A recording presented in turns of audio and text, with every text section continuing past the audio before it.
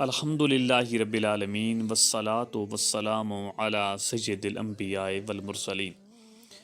میرے پیارے اسلامی بھائیوں اور بہنوں، آج بہت سے لوگ رزق کی تنگی، قرض اور پریشانی میں مبتلا ہیں۔ عید قریب آتی ہے تو دل میں فکر بڑھ جاتی ہے کہ بچوں کے کپڑے کیسے آئیں گے، گھر کے اخراجات کیسے پورے ہوں گے۔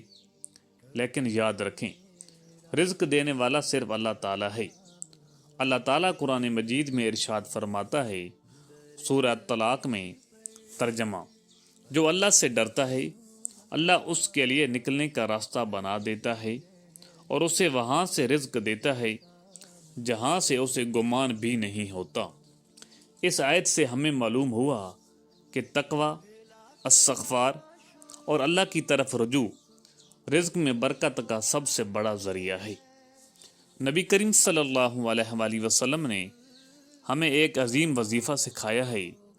حضرت عبداللہ بن عباس رضی اللہ تعالی عنہ سے روایت ہے کہ رسول اللہ صلی اللہ علیہ وآلہ وسلم نے فرمایا، جو شخص کثرت سے استغفار کرے، اللہ اس کی ہر تنگی کو دور کر دیتا ہے، ہر غم سے نجات دیتا ہے اور اسے ایسی جگہ سے رزق دیتا ہے جہاں سے اسے گمان بھی نہیں ہوتا۔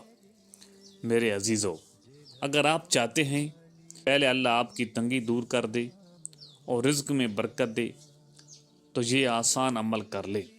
انشاءاللہ چند دنوں میں آپ خود دیکھیں گے کہ اللہ تعالیٰ غیب سے آسانیاں پیدا فرما دے گا۔ یہ ایک خوبصورت نبوی تسبیح ہے جس سے رزق میں برکت آتی ہے۔